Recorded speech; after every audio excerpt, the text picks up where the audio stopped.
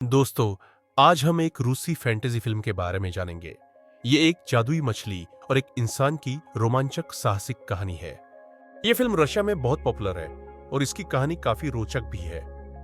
आपको इसका अंत देखकर बहुत मजा आएगा। तो चलिए शुरू करते हैं। सीजर एक मछलियों का राजा होता है और उसके साथ कहानी शुरू होती है। सीजर एक बहुत सुंदर मछली से शादी करने का सपना देखता है और उसके लिए एक अंगूठी भी तैयार करता है। लेकिन मेंढक जो उसका जासूस था उसे बताता है कि सुंदर मछली राज्य से भाग गई है। गुस्से में वह पृथ्वी की सभी नदियों और तालाबों में मछली की खोज करने का आदेश देता है। इसी बीच नदी के किनारे अमेलिया रहता है, जबकि उसके पिता एक लोहार सुबह से काम करते हैं। अमेलिया चुपके से घर से बाहर स्लेजिंग के लिए निकलता है, लेकिन पिता उसके कदमों की आवाज सुनते हैं और उसके पिता उससे पूछते हैं कि वह कब बड़ा होगा और काम में मदद करेगा उनकी।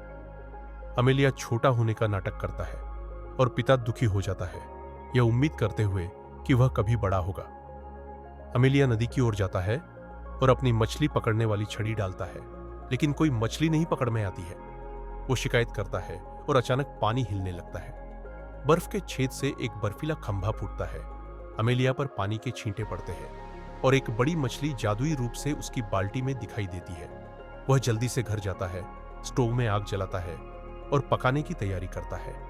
अचानक मछली उससे बात करती है।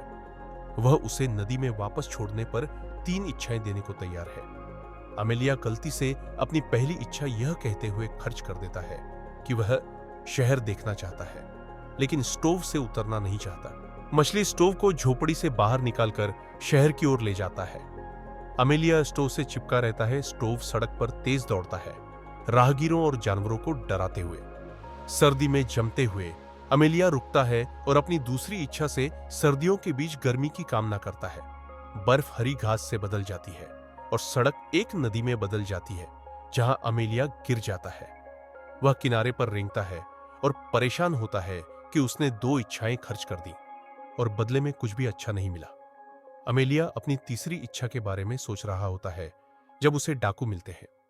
कुछ भी न मिलने पर वे मछली वाली उसकी बाल्टी ले लेते हैं, लेकिन अमेलिया मछली को छोड़ने का इरादा नहीं रखता। वह बाल्टी पकड़ता है और भागने लगता है, लेकिन डाकू उसका पीछा करते हैं। अमेलिया मछली को नदी में वापस फेंक देता है, लेकिन वह खुद पकड़ा जाता है और एक पेड़ पर उल्टा लटका दिया जाता है। जल्द ही वह एक लड़की को नदी से आते हुए देखता है। वह अमेलिया को मुक्त करती है और वह तुरंत अपनी मछली खोजने की उम्मीद में पानी की ओर भागता है, लेकिन वह वहां नहीं है। लड़की अपना परिचय वासिलिसा के रूप में देती है और अमेलिया मछली की आवाज पहचान लेता है और जान लेता है कि लड़की ही मछली है। अमेलिया उसका स्कार्फ लेता है और मछली को बताता है अपनी इच्छा रूस के राजा जार की बेटी राजकुमारी अनिसा से शादी करने की। मछली फिर उससे पूछती है कि क्या यह उसकी तीसरी इच्छा है, और वह कहता है कि नहीं, मैं इसे अपने दम पर पूरा करूंगा। इस समय महल में राजकुमारी अनिसा अंग्रेजी राजदूत लॉर्ड रोथमैन से मिल रही है, जो उसे विदेशी उपहार भेंट कर रहा है। इस समय लॉर्ड एक म्यूजिकल मशीन का प्रदर्शन कर रहा है, जो वास्तव में अंदर एक बौने द्वारा चलता है। जबकि सर इस चमत्कार की जांच कर रहा है। अमेलिया और वासिलिसा जार दरबार पहुंचते हैं, दीवार पर चढ़ते हैं और देखते हैं कि क्या हो रहा है। इसी बीच जार विदेशी म्यूजिकल मशीन से बेहतर म्यूजिकल इंस्ट्रूमेंट अपने राज्य में होने का दावा करता है कि एक स्वयं बजाने वाला म्यूजिकल इंस्ट्रूमेंट जिसे बायन कहा जाता है, और जो कोई भी इसे सुनेगा वह नाचना शुरू कर देगा। लॉर्ड इसे देखने के लिए कहता है और जार इंस्ट्रूमेंट लाने का आदेश देता है, भले ही वह जानता है कि उसके खजाने में ऐसा कोई जादुई इंस्ट्रूमेंट नहीं है। अमेलिया बाड़ से कूदता है और चमत्कारिक बायन इंस्ट्रूमेंट लाने की पेशकश करता है। बदले में अपनी बेटी अनिसा से शादी करने के लिए कहता है। राजकुमारी एक आम आदमी के दुस्साहस से हैरान है, लेकिन जार लड़के की बहादुरी और फुर्ती से प्रभावित होता है। वह अमेलिया की इच्छा पूरी करने के लिए सहमत होता है और लड़का इंस्ट्रूमेंट की खोज की तैयारी करता है। लेकिन वासिलिसा उसे चेतावनी देती है कि बायन इंस्ट्रूमेंट एक बहुत चालाक और खतरनाक प्राणी के पास है। इससे अमेलिया को कोई फर्क नहीं पड़ता और वह वासिलिसा के साथ यात्रा पर निकल पड़ता है। इसके बाद लड़की अमेलिया को छोड़कर चली जाती है और उससे कहती है कि उसे अकेले ही जाना होगा। जंगल से होके अमेलिया जीव से मिलता है जो एक बिल्ली होती है। जब वो बिल्ली किसी से मिलती है तो उनसे कहती है कि उसके लिए एक गाना चुनो ताकि वो गा सके। अगर कोई दुखी गाना चुनता है तो बिल्ली उसे गाती है और वो इंसान सो जाता है और मर जाता है। लेकिन अगर बिल्ली एक खरूशी का गाना गाती है तो इंसान नाचना शुरू कर देता है और तब तक नाचता रहता है जब तक वो मर नहीं जाता। बिल्ली सवाल पूछता है और अमेलिया दुखी गाना चुनता है। बिल्ली गाना शुरू करती है लेकिन अमेलिया अचानक साथ में गाने लगता है क्योंकि ये वो गाना है जो उसकी मां उसे बचपन में गाती थी। ये जानकर कि गाने का लड़के पर कोई असर नहीं होता, बिल्ली रोने लगती है और अमेलिया बिल्ली पर दया करता है और उसे थोड़ा दूध पिलाता है। बिल्ली खुद महल जाने के लिए तैयार हो जाती है, अपने बेयोन इंस्ट्रूमेंट को साथ लेकर। इसी बीच वासिलिसा को सीजर का जासूस मेंढक मिलता है। वो उसे याद दिलाता है कि शादी के लिए सब तैयार है और उसे एक ड्रेस चुनने को कहता है। तभी पास आता अमेलिया ये बातचीत सुन लेता है और वासिलिसा बताती है कि वो सीजर की कर्जदार है। उसने उसे एक जाल से बचाया था और वो उससे शतरंज का खेल हार गई थी, इसलिए वो शादी के लिए इनकार नहीं कर पाई। अमेलिया भरोसे से कहता है कि वो किसी को भी आसानी से हरा सकता है, भले ही उसे पता न हो कि शतरंज क्या होता है। सब लोग महल लौटते हैं जहां लॉर्ड रोथमन राजकुमारी अनफिसा को शादी के लिए प्रपोज करता है। अमेलिया और बेयोन बिल्ली के आने से वो रुक जाता है। बिल्ली बेयोन इंस्ट्रूमेंट दबाता है और वहां मौजूद सब लोग नाचना शुरू कर देते हैं। जहां बेयोन इंस्ट्रूमेंट को पहरे में छिपाने का आदेश देता है और बेयोन बिल्ली को अपनी आर्मी का म्यूजिकल बैंड लीडर बना देता है। अनफिसा एक आम किसान से शादी नहीं करना चाहती। अनफिसा एक चाल चलती है, सबको याद दिलाती है कि वो जार की बेटी है और उसकी शादी के लिए सिर्फ एक शर्त काफी नहीं है। वो दूसरी शर्त सोचने के लिए समय मांगती है। रात में अनफिसा अपनी मां सेरेना एग्रिपिना के भूत से बात करती है, जो अमेलिया के लिए एक नामुमकिन शर्त बताती है। सुबह लॉर्ड जार को एक अंग्रेजी जूसर दिखाने की कोशिश करता है, एक सब्जी काटने वाली मशीन जो भाप से चलती है और उसके अंदर एक बौना भी है।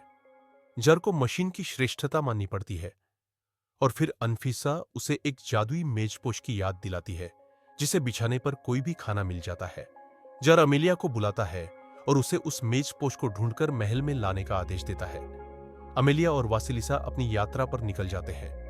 रास्ते में लड़की उसे बताती है कि जादुई मेजपोश दो भाइयों, पीने वाला आदमी और खाने वाला आदमी के हैं, लेकिन वो भाई राज्य की सीमाओं के बाहर पत्थर के शहर में रहते हैं। वे दोनों जल्द ही आगे एक छोटा घर देखते हैं और मालिकों से कुछ खाना मांगते हैं। बूढ़ा आदमी थोड़ा सा खाना देता है और बताता है कि उनका साल बहुत बुरा रहा, वसंत नहीं आया और खेत बिना बोए रह गए। अमेलिया को बुरा लगता है। वासिलिसा उस जोड़े की तारीफ करती है, उन्हें सुई और धागे की तरह एक साथ बताती है। अमेलिया उसे भरोसा दिलाता है कि वो राजकुमार और राजकुमारी अनफिसा उनसे भी बेहतर होंगे। वो काम करेगा और अनफिसा घर संभालेगी और बच्चों को पालेगी। वासिलिसा सिर्फ उसके सपनों पर हंसती है। जल्द ही वो एक छोटे पुल के पास पहुंचते हैं जिस पर एक साइन बोर्ड है जो रूसी जमीन के अंत का संकेत देता है। लड़की उसे बताती है कि जो भी पुल पार करता है वो रूसी भाषा भूल जाता है और सिर्फ विदेशी भाषा में बोल सकता है, लेकिन अमेलिया उस पर विश्वास नहीं करता। वासिलिसा आगे जाती है और अमेलिया से एक ऐसी भाषा में बात करती है जो समझ में नहीं आती। डरा हुआ लड़का पुल पर वापस जाता है, लेकिन वासिलिसा हंसती है और उसे पता चलता है कि उसने उसके साथ मजाक किया है और वो उसके पीछे भागता है। जल्द ही वो पत्थर के शहर पहुंचते हैं जहां वो दो आदमियों को देखते हैं जो लगातार खा रहे हैं। उन्हें ये शिकायत करते हुए सुनकर कि वो ऐसी जिंदगी से थक गए हैं और वो चाहते हैं कि कोई उनसे मेजपोश ले ले। अमेलिया उनके पास जाता है और जादुई चीज को छीनने की कोशिश करता है, लेकिन विशालकाय लोग उस पर नारियल फेंकते हैं और वो बेहोश हो जाता है। फिर वासिलिसा उनसे झरने का पानी मांगती है। वो उसमें अपनी परछाई देखते हैं और उन्हें शर्म आती है। आदमियों को याद आता है कि वो कभी बहादुर सैनिक थे जो तुर्की के सुल्तान के खिलाफ लड़े थे, लेकिन अब वो इतने मोटे हो गए हैं कि वो पत्थर का शहर भी नहीं छोड़ सकते। वो वासिलिसा से मेजपोश ले जाने के लिए कहते हैं। आखिरी पल में मोटे आदमी अपना मन बदल लेते हैं, लेकिन वासिलिसा मेजपोश और अमेलिया दोनों को लेकर भागने में कामयाब हो जाती है। इसी बीच लॉर्ड अनफिसा को लंदन के बारे में बताता है और वो विदेश जाने का सपना देखती है। अमेलिया अपनी दुल्हन के लिए फूल चुनने का फैसला करता है, जो वासिलिसा को पसंद नहीं आता। वासिलिसा अमेलिया की आंखें खोलने की कोशिश करती है, लेकिन वो विश्वास नहीं करता कि राजकुमारी उसे मारना चाहती है। वो भाषण दोहराता है जो उसने अपनी दुल्हन को देने की योजना बनाई है, और वासिलिसा सहमति में जवाब देती है। हालांकि वो तुरंत खुद को सुधारती है, उसे याद दिलाती है कि अनफिसा किसी और से शादी करना चाहती है। अमेलिया को पहली बार संदेह होता है। बाद में राजकुमारी को बताया जाता है कि अमेलिया शहर में वापस आ गया है। वो और जार चौक पर भागते हैं और लड़के को मेजपोश से मिले खाने को शहर के लोगों में बांटते हुए देखते हैं। झार ने अपनी बेटी से लड़के के प्रति अपना रवैया बदलने के लिए कहा, लेकिन उसे एक आम आदमी के लिए अपने पिता की प्रशंसा समझ नहीं आती और वो फिर से अपनी मां के पास जाती है। बाद में अनफिसा घोषणा करती है कि वो शादी के लिए तैयार है, इस शर्त पर कि दूल्हा उसकी मां का आशीर्वाद परलोक से वापस लाए। झार की निराशा के बावजूद अमेलिया इस शर्त को भी पूरा करने का वादा करता है। रात में वासिलिसा उसे बताती है कि मृतकों के राज्य तक कैसे पहुंचा जाए। उसे चेतावनी देती है कि वहां से कोई कभी वापस नहीं आया है। अमेलिया अपनी तीसरी इच्छा के बारे में सोचता है, लेकिन उसे बचा के रखने का फैसला करता है। रास्ते में अमेलिया और वासिलिसा उसके पिता से मिलने जाते हैं, लेकिन लड़का चुप रहता है। उम्मीद करता है कि उसके पिता उसकी उपस्थिति पर ध्यान नहीं देंगे।